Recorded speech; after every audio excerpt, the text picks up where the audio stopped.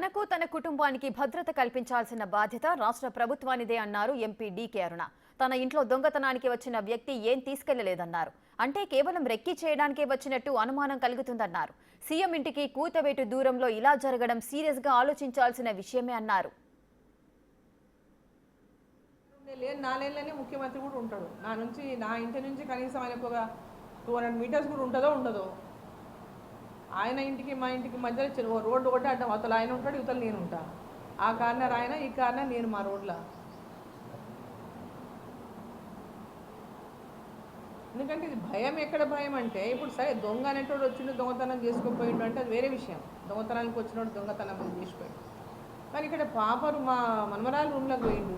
ఒకవేళ నిజంగా ఆ టైంలో ఆమెకు మెలకు వచ్చింది అనుకోండి, శబ్దమో గిబ్దంకు మెలకొచ్చి ఏదైనా అరిచింది అనుకోండి, నోరు మూసాన చంపొచ్చు, లేకుంటే ఏమన్నా ఆయుధాలు కత్తి గిత్తు ఉంటే పడవచ్చు. ఇంకా మన దగ్గర ఏమున్నదో మనకు తెలియదు కదా. ఇది చాలా అంత కలుసుకుంటే భయం అవుతుంది. దొంగ సెక్యూరిటీ వాళ్ళు ఎవ్వరు లేరు. నేను ఉంటేనే సెక్యూరిటీ వాళ్ళు ఉంటారు. నేను లేకుంటే ఇంటి దగ్గర ఎవ్వరు, మా డ్రైవర్ తప్ప ఇంకెవరు ఉండరు.